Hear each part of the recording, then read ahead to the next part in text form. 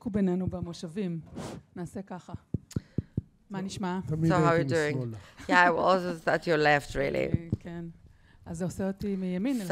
So I'm basically at your right then. לקחתי. מקובל. All right, I'm שלום good with לכולם, that. צהריים טובים. So good afternoon, all of you, and thank you for inviting me to interview the advisor of national security, Mr. Tzachi Hanegbi. So how are you doing, sir? Thank you. בעצם נאמר פה עכשיו So in fact, it's been said today by Ronen Levy that we're almost on the brink of an agreement with the Saudis and one can reach the agreement again.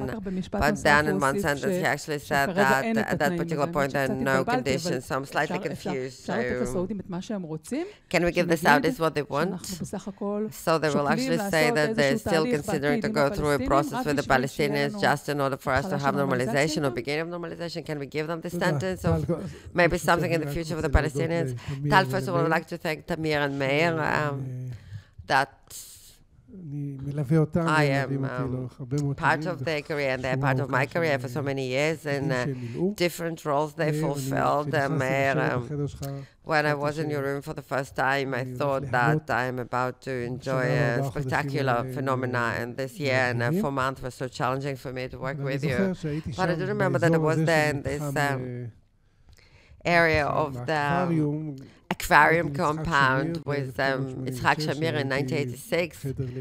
I was in the room near you. I was the manager of the bureau of the Prime Minister, and Shamir every day finished, and this is a scoop, really, Tal. Before he was going home, Shamir said, wow, it's hard, it's so hard. So yeah, this is how it feels when you are Prime Minister of Israel or the head of national security or head of INSS or head of any other think tank. Yeah, life is not much fun, it's really hard. So many challenges. So the challenge of normalization. So first of all, I completely agree with Maoz. We're on the brink of final agreements before 7th of October. Everyone was so optimistic. And the American administration led a move that was very feasible in our eyes. At that particular point now, it's been postponed. I would less adopt the approach that Ronen presented, that this is not completely on the agenda. It's still on the agenda, really. And we'll invest any effort necessary to keep it on the agenda because we have a tremendous interest in realization of this vision of normalization, regardless Gaza Strip. Since Samson said that from sweet will emerge, so maybe from Gaza something sweet will emerge as well. But again, it is, as Ronen just mentioned, they're quite complicated. It's not just the Palestinian matter, there are also other issues that there is an intent to declare the end of war in Gaza and leave Gaza, as some require us to do. Obviously, this is impossible at that particular moment. But this is not the end of the American attempts to actually reach this agreement. But let's put things openly on the table. We're here among friends. We all understand that the Saudis are looking for just a declaration, a formal declaration on the Palestinian topic from the State of Israel. They would like to hear a declaration of intentions and not necessarily actions. And the government is not willing to give it to them in an official statement. There was a political, obviously, example. The Saudis are very consistent. They had it from 2002. It's always there. The slave service they require. They will never give it up. I don't know what kind of declaration of the government you mean. As a response to 6 ultimatum points of Benny Gantz. It's a political topic, so it's less connected to the normalization, I would say. The Knesset, with a majority of 91, I guess, I don't know how many, probably the Arabic parties voted against it, decided few weeks ago that we are not agreeing. The parliament, I'm not in the parliament, they disagree to the dictations that will be forcing a Palestinian state without negotiations that will define the meanings of such a development. And there is a consensus that we shall never receive any dictations from the Saudis upon the Palestinian We have many peace agreements. And I was part of signature of 4 of them, but previous one, Tzachi Hanegbi and Shimon Peres, there were no any, and Menachem Begin, obviously. There were no any peace, those peace agreements, there were no impositions, no requirements, and Israel never actually accepted such an imposition. That as a part of the peace agreement will also create the Palestinian state. So the Saudis as well, I don't think they have the right to demand or impose upon us if what you say is correct. I'm not familiar well with the fact that there's an agreement between the Americans and the Saudis upon the stipulations of normalization, but if what you actually stated is correct and there's some kind of formula that all the parties can actually live with, I mean, the horizon for the Palestinians, which is our interest again and related to normalization as well, and of the conflict with the Palestinians, obviously is our interest, though it will not allow the decade to have a plan. Our program, he's the head of the program that is dedicated to the Israel-Palestinian conflict. Udi, what are you going to do then? But we have a tremendous interest in the end of this conflict. Oh, that will be a post-conflict program, of course. But we want to reach such an agreement with the Palestinians to put this conflict behind us. But you very well understand the ramifications of creation of the Palestinian state. Discuss it for decades and argue about that for decades. So if the Americans and the Saudis will be building a formula where all the parties can exist with, well, we can move forward.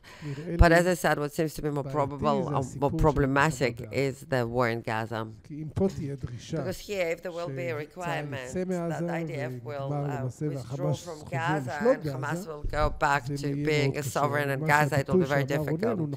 And Ronan is correct that such a calm down after a complete absolute victory. I'm not sure that we'll obtain the absolute victory that normalization is dictating 2 or 3 months from now, according to the political season in the United States. But such a calm down after Rafah, I think we'll be moving from a more intense campaign with all the capacity we showed during this period of time to different level of intensity. If Saudis can swallow that, I think it will move us forward. Okay, Rafah, so we have a really difficult day behind us here from international perspective and political perspective. Can you comment on that, what happened this night and where we're actually going? Because the question is whether we are currently violating the order, the court order that was issued, whether some kind of wording, I'm not even capable of repeating it by heart, that we need to maintain a life condition that will not lead to mass destruction or mass murder. Whether the events of tonight are a violation of such an order, are we in trouble? Are we towards a different, a new order that will be issued? How would you analyze what happened? So look, let's look at the context. South Africa is trying for month and month to coerce us with those orders that will lead, in fact, to the end of our ability to defend ourselves. All of those orders, in the end of the day, all of those appeals to receive those orders as a part of the genocide treaty were actually refused, that were not submitted. There's a lot of anger upon this court that is even actually working on it. I understand this rage.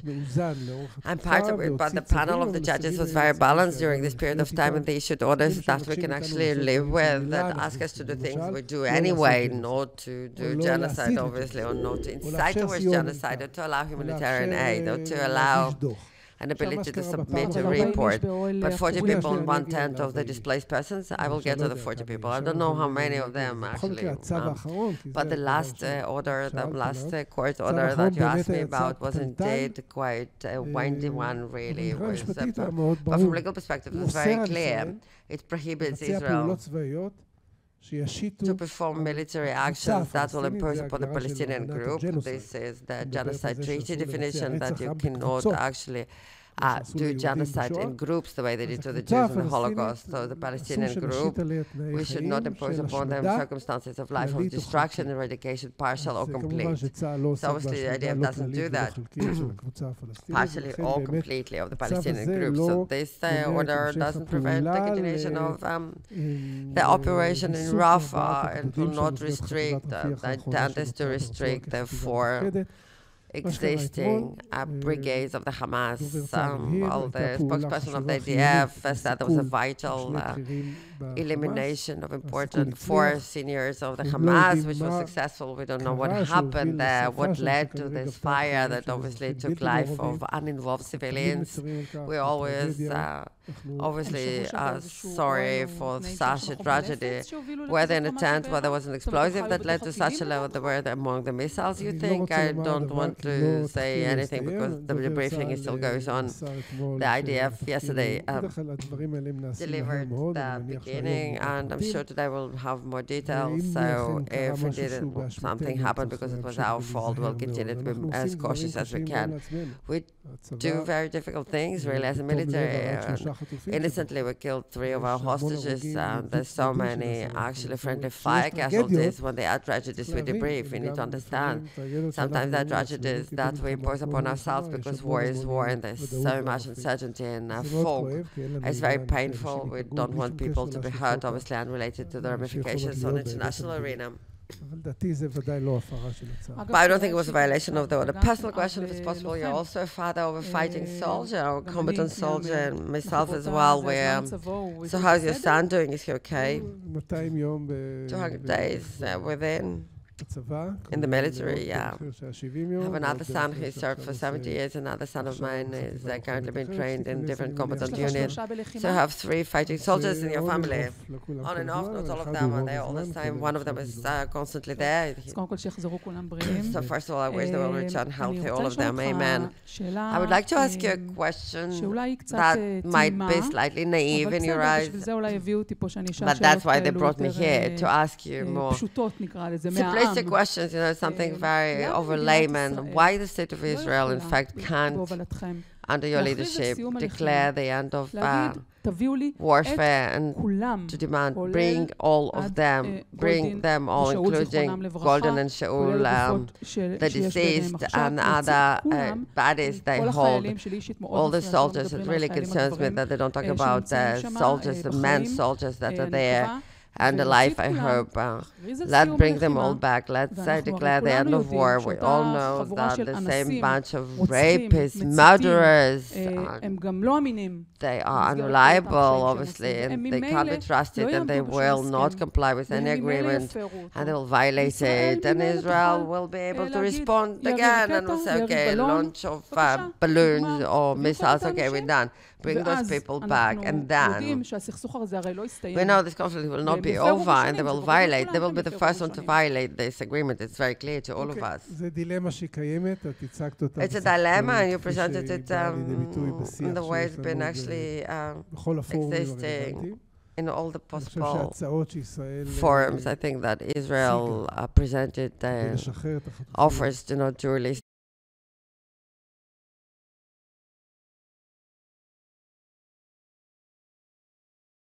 generous suggestions of Israel. Hamas indeed does require, and he demands something else. He demands us to surrender, in fact. Surrender, not the end of war, but this is a laundered expression that I would say is slightly sterile. The real intent is so everyone who fell were in vain, and those who were slaughtered, 1,200 citizens were slaughtered in vain.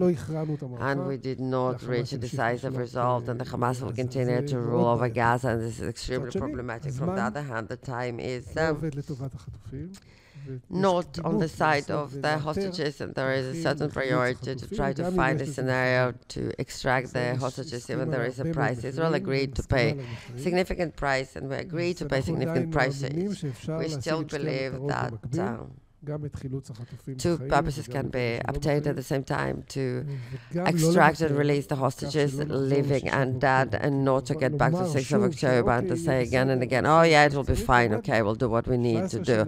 For 17 years we said that, and Hamas from 2007, which is 17 years, stood and armed itself and strengthened itself, because it had all those operations and campaigns, because the price of war is so heavy. There was no motivation, there was no legitimacy, internal and external, to do what we do right now. And if we'll stop right now, I don't know whether we'll ever receive motivation and legitimacy. And again, and we'll create this monster, there will be this monster, and dozens of thousands of armed, strategically capable men, and the next massacre is just a question of time, and they swear to bring another massacre upon our heads, so we need to be very decisive. We need to be very different from what we were until 6th of October. But the hostages is a sacred topic. Hopefully we'll succeed with it. People that are here, they're familiar with the negotiations with Hamas. There's some people that we talked to that negotiated with Hamas on Gilad. They received 95% of what they asked for in the beginning, not under Netanyahu government, but under Olmert government when he was kidnapped. But 5 years and 4 months later, they actually managed to obtain all they wanted. So we know in the end of the process, they will get what they want. And years will go by. How many of those people will survive there for 5 years and 4 months? I am not certain that today, for example, would have a secretive referendum whether Shalit deal was in fact a right thing to do. Not majority would have actually. I know then there was a majority. I was a minority that opposed Shalit deal, and I was the head of the Security Committee then. I was a negligible minority. Majority of the public changed their standing to save Gilad. That one of those who were released in this deal would be Yahya Sinwar, and will lead Hamas to the actions of 7th of October. I'm absolutely sure today, in retrospect, people would definitely be changing their mind. But we're so merciful, and obviously when it comes to dozens of hostages that are going through inconceivable nightmares, them and their families, obviously. Significant point, because again, I don't know what to say about Gilad Shalit, but obviously we have a significant interest to end this war and to obtain its goals, while the main goal the government defined, the central one, the Gaza will not constitute a risk or danger for the state of Israel, so we can't tolerate a military presence of dozens of thousands of people that can do again and again what they did already, and I think that this is the mission that is possible. Very aspirational, but it's not too pretentious, really. We know how to do that. IDF reached significant advantages during the last 8 months, and I can honestly say that IDF honestly presented to the cabinet in the beginning of the discussion that they can't guarantee us an immediate blitz victory. They presented a program that takes time. And 2024 is defined as a warfare time. It's the 5th month of 2024. And we think that in general we need this strong stamina, because hostages obviously is quite a shocking situation because of the personal ramifications that are horrible. But there are matters of national security as well that we need to integrate between our targets and not to prioritize one target above another. So the military performance is good, but the political performance, in this sense, the diplomatic and strategic one, the completing part is almost inexistent. You hear it really from right and left, from top and bottom, from the former ones and the current ones. We hear all the time. In order to cause a collapse of Hamas regime, we need to stop allowing them to be those who control the utilities, schools, deliver food within a few months. And if there is no one else who starts to nibble upon this leadership that they obtain, they will survive in the tunnels, and the military actions will be absolutely annulled by the lack of diplomatic action. I disagree with the apocalyptic scenario, really, and I will explain to you why. There is a political diplomatic effort, and I think that the picture is quite balanced, really. Yeah. The first days in the cabinet, they said that time is almost done. Within a week or two of war, we don't have more time. We're running out of time. We're running out of time. And the biggest superpowers in the universe, well, besides two that are against us, United States and France and Britain and Germany still support the purpose of the war, which is disarmament of Hamas. I have different reservations about the humanitarian matters, and we try to actually support them.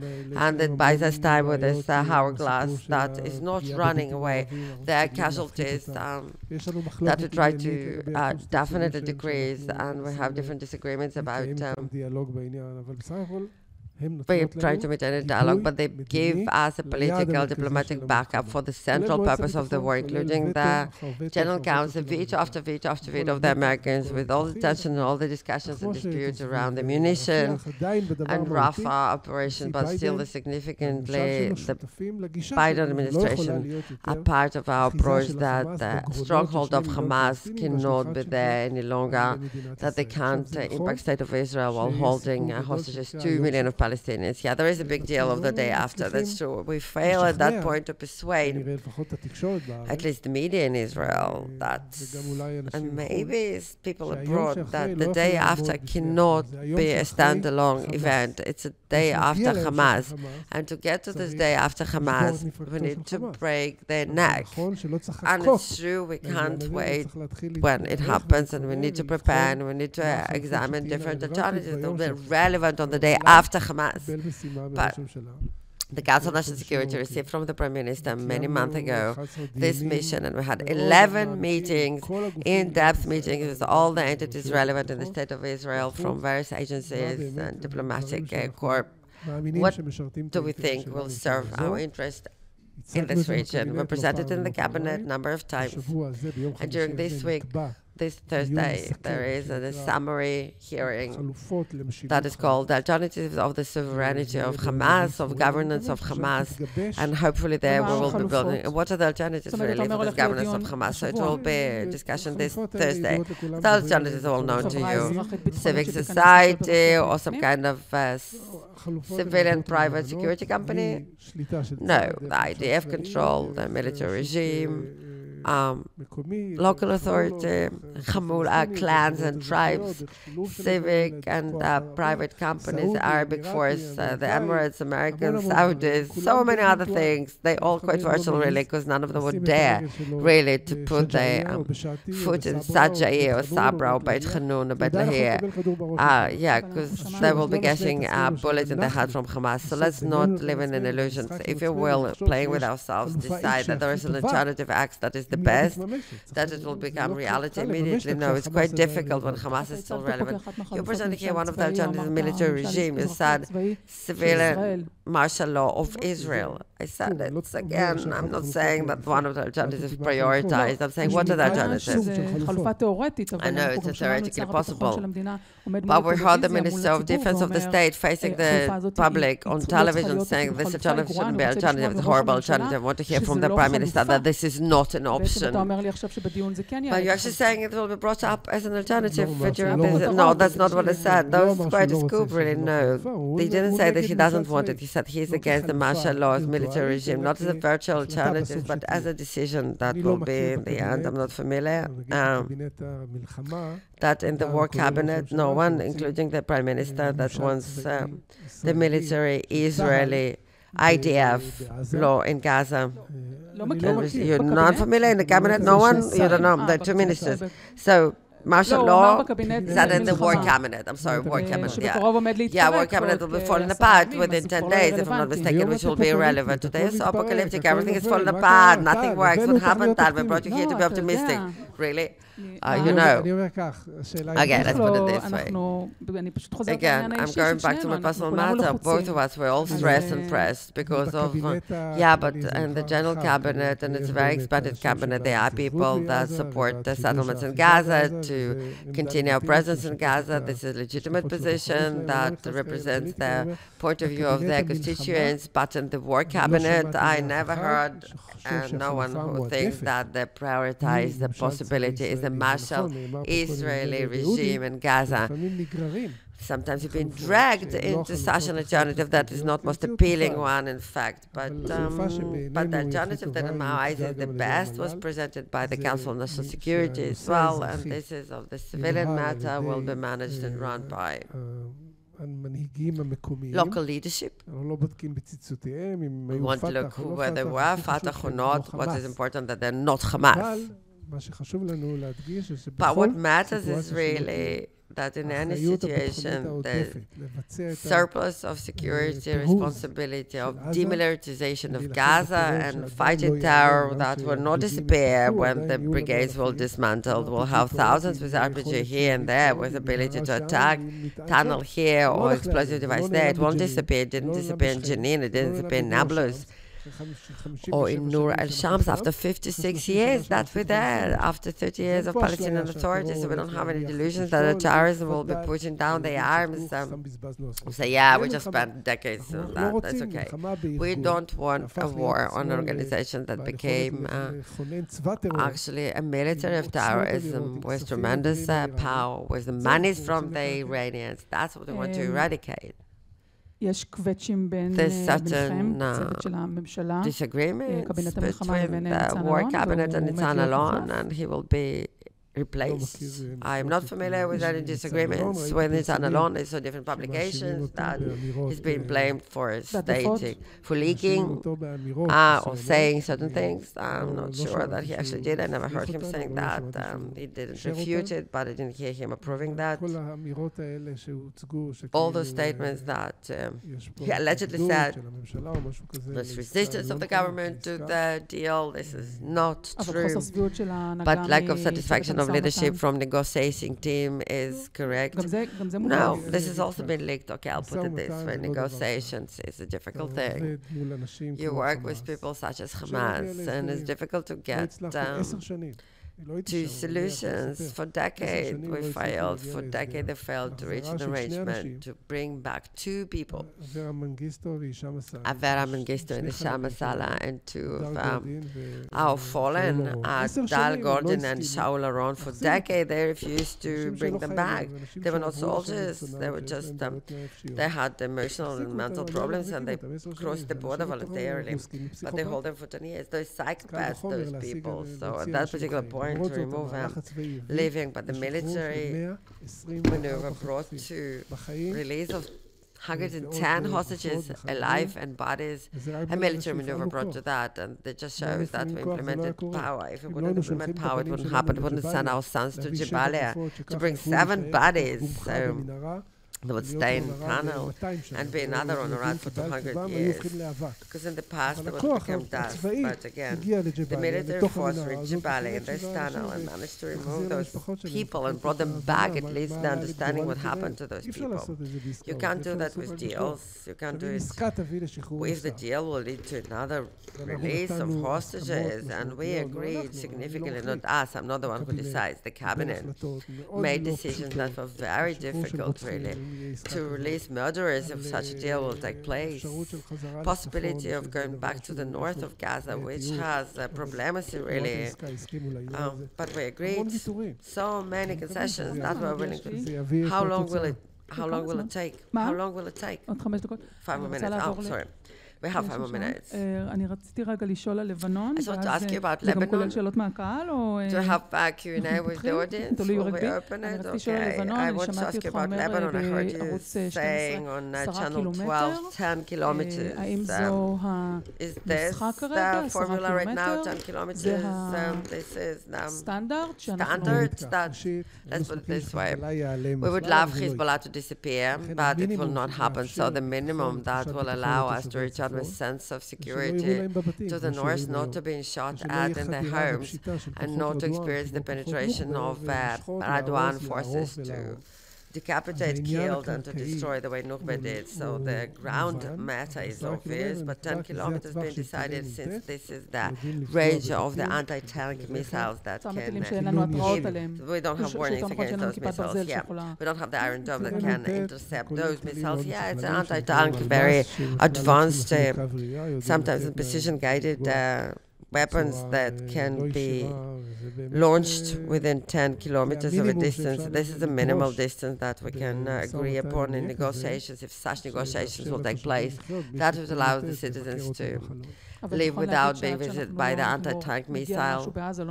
But without reaching solution in Gaza, won't be able to address the north, because as you put it here, the war in Gaza להתמשך עוד can הרבה מאוד זמן, continue for quite a long time. So, תושבי in הצפון fact, the residents of the north on 1st of September 2026 may be returning home. Well, I said on Channel 12 that after Rafah, we will be completing the intense stage, the second stage according to the military analysis. And the stage B, in fact, will require us to coordinate our efforts in Rafah. But when it's over, within a few weeks from now, I think, you will see a focus, significant focus, dramatic focus in the north. All right, what did you want to ask, sir? Questions? You're willing? As many questions as possible. The audience, I would love to. So I will be repeating for the rest of the... Every day. Barrages. I'm from the Galilee. I'm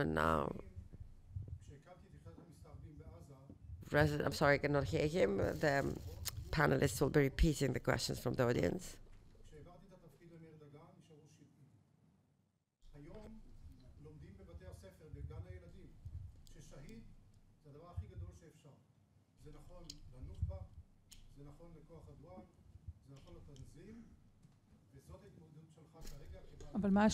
What is your question, sir? As a statement, I wanted to address the importance of the concept of Shahid in current educational system, if I heard correctly. When you talk about the absolute victory, it's complete total nonsense, pardon me, sir, because there were always someone else who would like to be Nukhba, who would like to be. It will take them 100 years or 200 years, they will continue. Jihad is something that never stops. So relative victory, maybe, instead of absolute victory? How about that? But only if you have a question, please. Well, if you have an exclamation mark in the question, you can't deliver it without an answer. I don't want to be dragged into judgmental statements, what is nonsense, what is not. You can be always, actually, you can always surrender, that's true, but we have a different approach, the way we had versus the Nazis, Daesh, or Al-Qaeda. I'm sure that many people that study in schools that being Shahid of Daesh or Al-Qaeda, of ISIS, is amazing. But our absolute victory is that we will not allow a military of the Hamas to control Gaza. That's our victory. More terrorists that think that Shahid is lovely, yeah, that's our fate, to fight them. But we have a very clear objective, and which is minimal objective in this war, and we can't forget about it. Oh, we can stay here till night. I'm actually free, we can do that.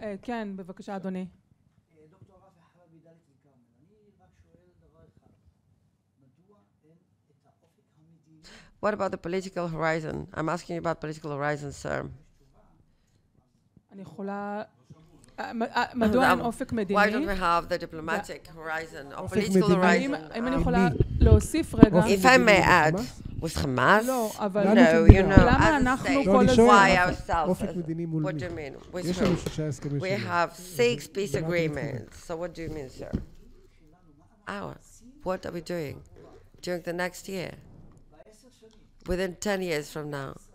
As people of Israel, we need a horizon. We need a political and diplomatic horizon.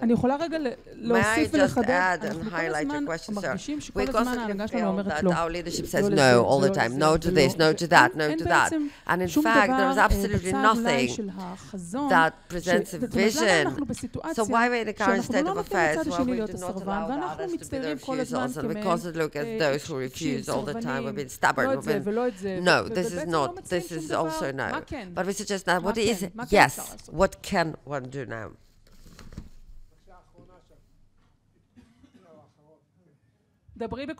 Speak up.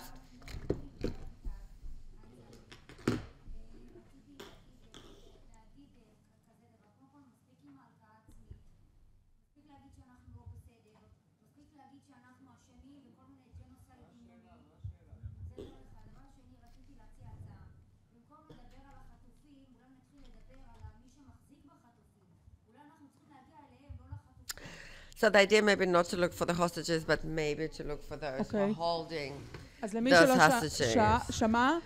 So if you didn't hear the concept, why aren't we highlighting the other side and less our blame in this sense?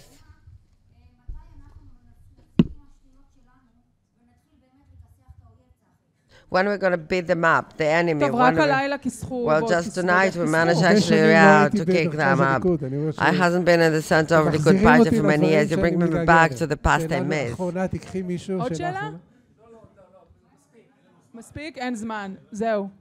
We don't have much time. So, I was self-flagellation, saying no. We're not saying no all the time. I can tell you that very often they said yes to the Emirates. They even decided very challenging political decision of actually receiving this promise, a guarantee that will not annex Judea and Samaria. And I think in August, no, it was for 2 years, 4 years. So this August, it expires, so we can fix it. So then we can annex. So will you annex Judea and Samaria? This is another header. I highly do not recommend, but I'm not saying that we shouldn't do that. In fact, we say yes to many things. We need to know how to say no as well. Americans helped us in this war, and we said yes to them on humanitarian aid. And I am meeting almost every day, or correspond every day, or talk on the phone every day with the hostages' families, that there's a humanitarian decision of opening all the checkpoints and allow the humanitarian aid. Wounded their souls. All of the families of hostages said, our children they're not even willing to show them to the Red Cross, and you provide them with you give them Nutella. But we didn't have a choice. It was important for us to tell to the Americans, yes, we are willing to help you, to help us. We can't continue this war without seeing humanitarian aid. אבל זה תשובות טקטיות, השאלה פה... It's a tactical question, the question... אסטרטגית למה ישראל לא מייצרת איזשהו חזון. Strategically, why Israel doesn't generate some kind of vision, not even a long term, only 5 years, the gentleman just wanted... There is a vision, and the vision is to be very strong, very strong. So they will not eradicate us, and to be very generous. When we talk about the possible peace agreements they did with Egypt, I tried to thwart it, by the way. I stood on the roof, and luckily for me, I didn't succeed, but we have a peace agreement for 40 years. We have Morocco, Jordan, and etc. Normalization, yeah, that's the business we need to be in. Yeah, that's what we want to say yes to. Thank you so much, all of you.